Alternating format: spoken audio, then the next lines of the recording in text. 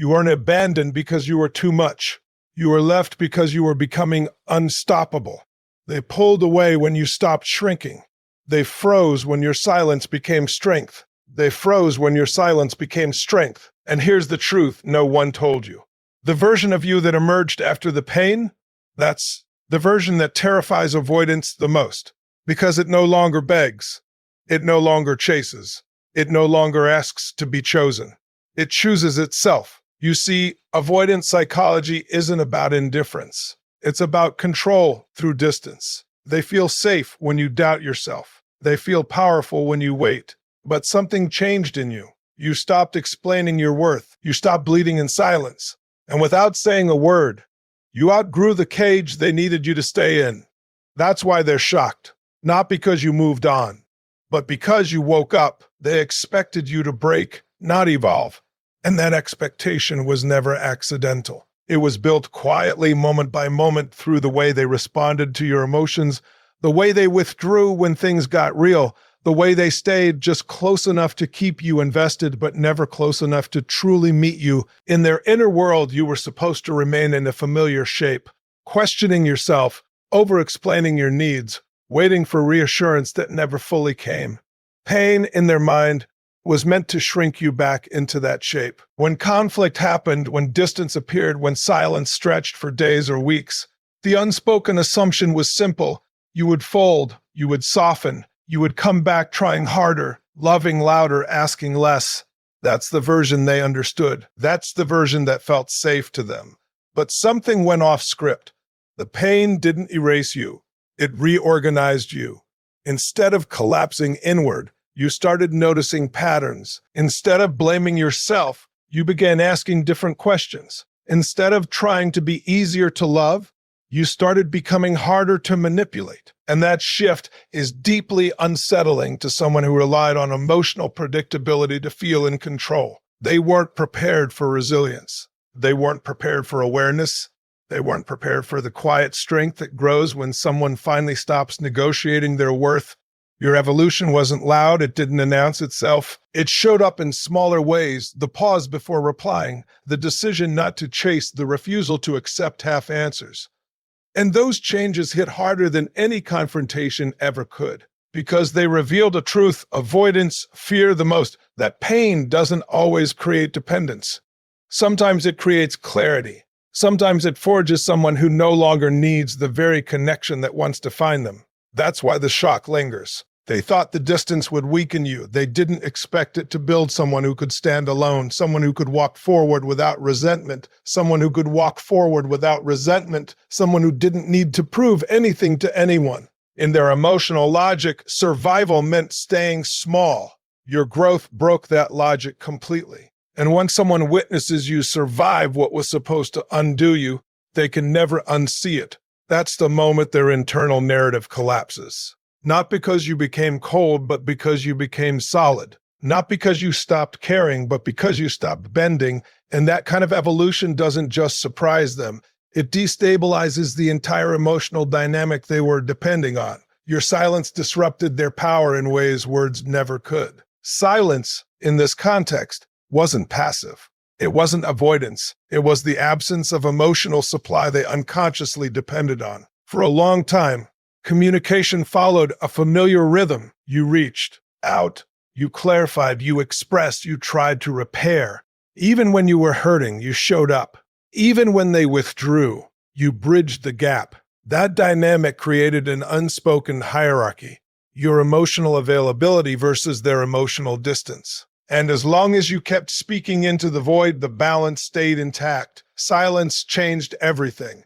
Not the kind filled with resentment or games, but the kind rooted in self-respect. The kind where you stopped chasing answers that never arrived. The kind where you stopped narrating your pain to someone who couldn't hold it. That silence removed the stage they were used to standing on. Without your reactions, without your explanations, without your emotional labor, their sense of control weakened.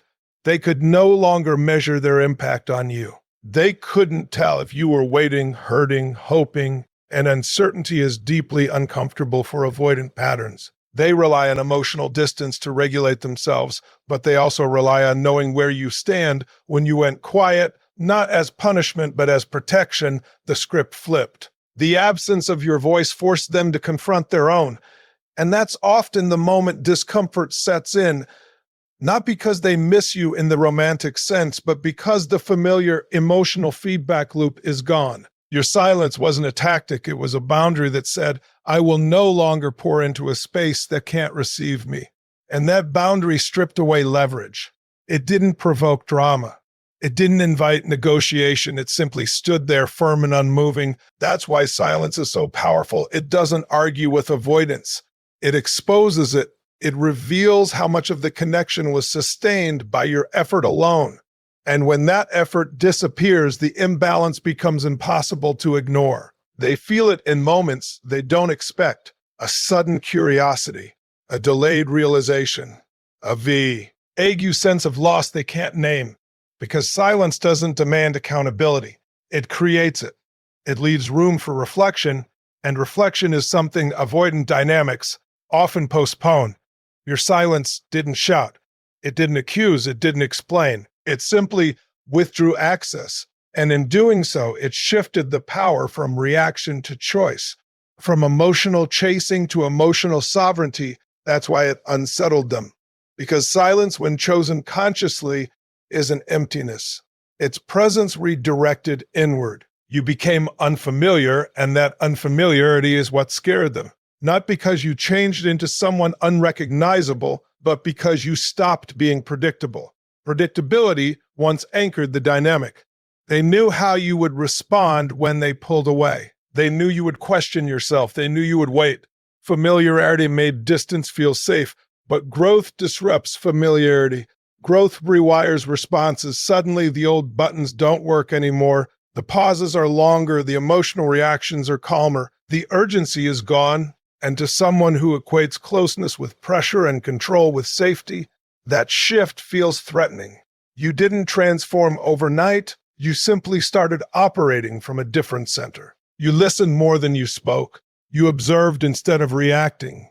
You trusted your internal signals instead of dismissing them. And that internal alignment altered your external energy. You were no longer orbiting around their availability. You were grounded in your own. That's what made you unfamiliar, not confidence in the performative sense, but self-trust in the quiet sense, the kind that doesn't need reassurance to keep moving forward. Unfamiliarity removes the illusion of influence. When someone can no longer predict how their behavior will affect you, they lose a sense of orientation. And that loss is deeply unsettling.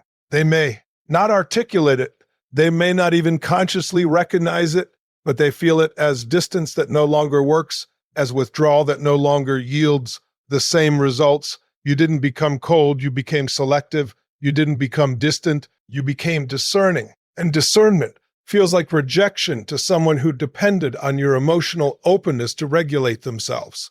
The unfamiliar version of you doesn't overextend. It doesn't chase clarity from confusion. It doesn't wait in emotional limbo. It moves forward with or without permission. And that forward motion is what breaks the old dynamic completely. Because now, connection is optional, not essential, not essential. Chosen, not chased. The unfamiliar you doesn't threaten them by attacking. It threatens them by existing independently, by no longer needing the role they once played. And once that shift happens, there's no returning to the old version. Not because you hardened, but because you integrated the lesson. You learned that love without stability costs too much. And the moment you internalized that truth, you became someone they could no longer categorize, control, or comfortably keep at a distance. You stopped seeking validation, and in doing so, you quietly reclaimed authority over your own emotional life. For a long time, validation was the invisible thread holding everything together. Not because you were weak, but because you were human, wanting to be seen, chosen, reassured, and met with the same depth you were offering. You looked for signs in small things, a message that came a little sooner, a tone that felt warmer, a moment of consistency that suggested you mattered. And every time validation appeared briefly and then disappeared again, it trained you to reach a little harder, explain a little more, and doubt yourself a little deeper. Avoidant dynamics thrive in that space, not out of cruelty, but out of fear. When someone else is seeking validation that places the avoidant person in a position of emotional authority without them ever asking for it. They become the reference point. They become the reference point, the one whose behavior determines your emotional weather. But something profound happened when you stopped asking, "Am I enough for you?" and started asking, "Is this enough for me?" That internal shift dismantled the hierarchy. You are no longer waiting for signals to decide how to feel. You no longer measured your worth by their availability. You validated your own experience. Your feelings no longer needed confirmation to be real. That's what reclaiming authority looks like. It's not dominance, it's self-trust. And self-trust changes everything. When validation is internal, manipulation loses oxygen, mixed signals lose power, hot and cold behavior loses its grip. You no longer need reassurance to move forward, so withdrawal no longer stops you. And this is deeply destabilizing to avoidant patterns because the dynamic depended on your emotional orientation toward them. Once that orientation turns inward, their influence shrinks. They may feel it as a sudden loss of importance or as confusion about why their presence no longer triggers the same response. But what's really happening is that your emotional center has shifted. You are no longer negotiating your worth. You are no longer waiting to be chosen. You are choosing yourself in real time. And that choice carries authority, not loud authority, quiet authority. The kind that doesn't argue or convince, the kind that simply acts in alignment. You respond instead of react. You decide instead of hope. You leave situations that don't meet you without needing to prove why. That's when the power dynamic truly changes. Because the moment you stop seeking validation, you stop handing someone else the authority to define your emotional reality. And authority is reclaimed internally. It cannot be taken away externally. Your boundaries exposed their emotional limits in ways nothing else ever could. Boundaries are not walls.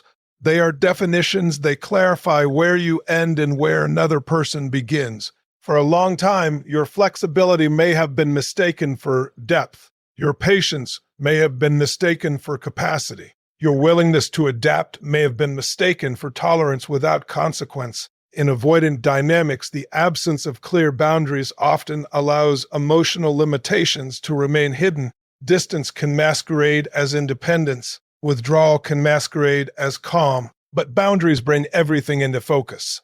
When you started naming what you could and could not accept, when you stopped adjusting yourself to make the connection easier to maintain, something became visible that was previously obscured.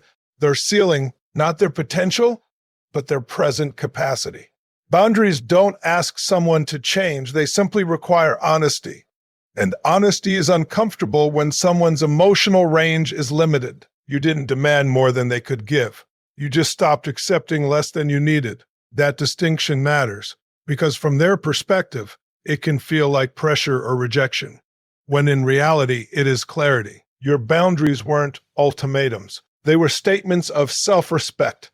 And self-respect has a way of revealing misalignment without accusation. When you required consistency, emotional presence, or clear communication, it wasn't an attack. It was an invitation to meet you where you were. If they couldn't step forward, the gap became undeniable. Boundaries remove ambiguity. They remove the gray zone where effort is promised but never delivered. And once that gray zone disappears, emotional limits stand exposed. This can trigger defensiveness, withdrawal, or minimization. Not because your boundaries were unreasonable, but because they highlighted something the avoidant person may not be ready to face. Your boundaries didn't shame them. They simply illuminated reality. And reality can feel harsh when someone has relied on avoidance to manage closeness. The most powerful thing about your boundaries is that they didn't need enforcement through control. They enforced themselves through consequence. You didn't threaten to leave. You simply stopped staying where you weren't met. That action speaks louder than explanation. And in that moment, the dynamic shifted again, because boundaries don't argue for worth, they assume it. And when someone encounters a boundary they cannot cross, they are forced to confront their own limits, not your expectations, their capacity. And that confrontation can be deeply unsettling because it removes the illusion that love alone can compensate for emotional absence. The version of you that emerged mirrors everything they avoid in themselves, and that mirror is unbearable. This is the hidden layer few people talk about. Avoidant behavior is not rooted in lack of feeling. It is rooted in avoidance of feeling. Intimacy triggers unresolved fear. Vulnerability triggers old defenses, and emotional depth triggers internal alarms. When you began embodying qualities like self-assurance, emotional clarity, and grounded presence, you didn't just change the relationship dynamic. You reflected back what they struggled to access within themselves. Your confidence highlighted their hesitation. Your emotional availability highlighted their withdrawal. Your capacity to sit with discomfort highlighted their need to escape it. And mirrors are confronting, especially when someone has spent years looking away from their inner world. You didn't need to point anything out. Your existence did it for you. The more integrated you became, the more dissonance they felt, not because you were doing something wrong, but because growth in one person often exposes stagnation in another. Your healing didn't accuse them, it simply contrasted with them, and contrast can feel like judgment to someone already defending against self-awareness. This is why avoidant responses can intensify when the other person grows, not out of malice, but out of internal conflict. Your evolution disrupts the emotional equilibrium they were maintaining. It invites introspection they may not be ready for, and instead of stepping into that mirror, they may turn away from it. Distance becomes safer than reflection, but that doesn't mean your growth was a threat. It means it was a reminder of what's possible when someone chooses to face themselves rather than flee. The version of you that emerged carries emotional presence without anxiety, strength without hardness, and clarity without cruelty. And those qualities are powerful because they don't demand, they demonstrate. They show what emotional integration looks like in real time. And for someone who has learned to survive by avoiding depth, that demonstration can feel overwhelming. Not because they don't care, but because caring would require them to confront parts of themselves they've long kept buried. You became a living mirror of emotional courage, and courage is contagious, but only to those willing to feel. Thank you for staying with me through these words, through this truth, through this moment of recognition. If something in this message felt uncomfortably accurate, if it felt like it named a pain you never fully had language for, know this: you are never broken. You were responding to a dynamic that required you to abandon yourself, and choosing not to do that anymore is not a failure. It's growth. Thank you for giving yourself the courage to listen instead of dismissing why. Our own experience. Thank you for choosing awareness over denial, strength over self-blame, and clarity over confusion. Healing doesn't always look dramatic. Sometimes it looks like quiet resolve. Sometimes it looks like walking away without needing the last word. Sometimes it looks like becoming someone who no longer needs to be understood by the person who couldn't meet them. As you leave this space, carry one thing with you. The version of you that emerged from the pain is not too much, not cold, not distant. It's grounded, it's awake, it's real, and it deserves relationships that don't require shrinking to survive. Goodbye for now. Keep choosing yourself. Keep honoring what you feel. And never forget, you didn't lose anything by growing. You found yourself.